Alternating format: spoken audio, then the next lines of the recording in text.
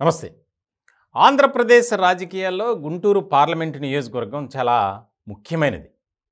YSRCP, Telugu Desam party 2 పార్టీలు నువ్వా నేనా అనే రీతిలోనే అక్కడ పోటీలో ఉంటాయి. కానీ తుది ఫలితం మాత్రం అక్కడ తెలుగుదేశం పార్టీయే జెండా ఎగురవేస్తుంది. 2 పర్యాయాలు తెలుగుదేశం పార్టీ అభ్యర్థి గల్లా జయదేవ్ ఘన విజయాన్ని సాధించారు. ఇట్లాంటి క్రమంలో వైఎస్ఆర్సీపీ ఎలాగైనా సరే ఈసారి మనం విజయం సాధించాలి. దానికి సంబంధించి తెలుగుదేశం పార్టీకి కొత్త అభ్యర్థి, అలాగే వైఎస్ఆర్సీపీకి కొత్త అభ్యర్థి.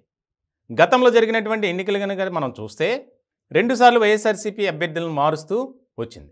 ఇట్లాంటి క్రమంలో తాజాగా మరి వైఎస్ఆర్సీపీ నుంచి ఎవరు పోటీలో ఉండబోతున్నారు అనేది చాలా కీలకంగా మారినటువంటి అంశం.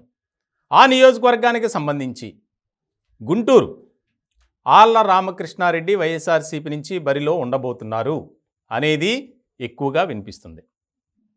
ఆయన వాస్తవానికి మంగళగిరి నియోజకవర్గంలో 2 సార్లు ఎమ్మెల్యేగా విజయం సాధించారు.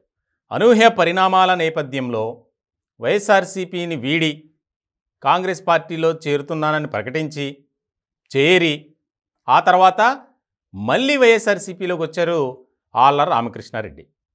మంగళగిరి నుంచి పోటీ చేసే అవకాశం అయితే లేదు. ఎందుకంటే అక్కడ బీసీ సామాజిక వర్గానికి సంబంధించి గంజి చిరంజీవి ఆయనకు మంగళగిరి ఇన్ఛార్జ్ బాధ్యతలను అప్పగించారు. ఇట్లాంటి తరుణంలో గుంటూరు పార్లమెంటు స్థానంలో ఆళ్ల రామకృష్ణారెడ్డి బరిలో ఉండబోతున్నారు.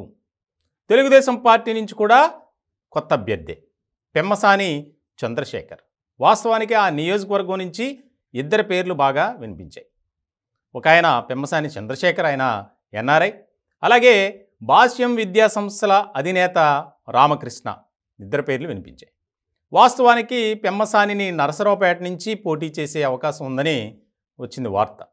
ఇట్లాంటి తరుణంలో నరసరావుపేటలో సిట్టింగ్ ఎంపీగా ఉన్నటువంటి లావు శ్రీకృష్ణదేవరాయలు ఎవరైతే ఉన్నారో ఆయన వైఎస్ఆర్సీపీని వీడటం, తెలుగుదేశం పార్టీలో చేరుతున్నానని ప్రకటన చేయటం, మళ్ళీ నరసరావుపేట తెలుగుదేశం పార్టీ తరపున లావు శ్రీకృష్ణదేవరాయలు పోటీలో ఉంటారు. ఇట్లాంటి క్రమంలో గుంటూరు పార్లమెంటు స్థానానికి సంబంధించి పెమ్మసాని చంద్రశేఖర్ ఇప్పటికే ప్రచారాన్ని మొదలుపెట్టారు. ఎక్కడ చూసినా గుంటూరు పార్లమెంటు నియోజకవర్గంలో ఆయన ఫ్లెక్సీలే, ఆయన హోర్డింగ్లే. ఇలాంటి నేపథ్యంలో ఎలాగైనా సరే వైఎస్ఆర్సీపీ విజయం సాధించాలి, మొట్టమొదటిసారి మనం అక్కడ విజయ కేతనం ఎగురవేయాలి అనే ఒక లక్ష్యంతో సీఎం జగన్మోహన్ రెడ్డి గారు ఒక కీలకమైనటువంటి నిర్ణయం తీసుకున్నారు.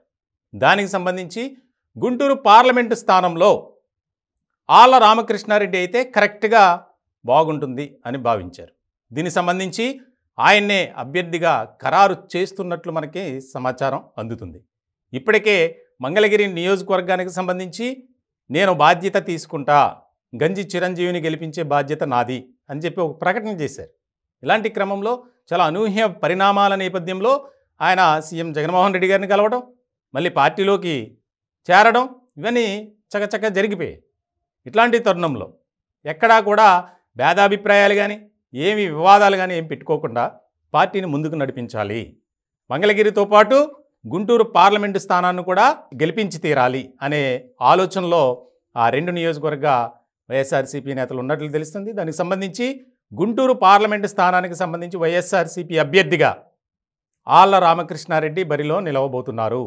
ఈసారి ఎలాగైనా సరే హ్యాట్రిక్ విజయాన్ని సాధించాలి. అంటే అభ్యర్థి వేరే అయినప్పటికీ తెలుగుదేశం పార్టీ 2014, 2019 ఇప్పుడు తాజాగా జరిగే ఎన్నికల్లో కూడా టీడీపీ మనం విజయం సాధించాలనే ఆలోచనలో టీడీపీ క్యాడర్ ఉంది.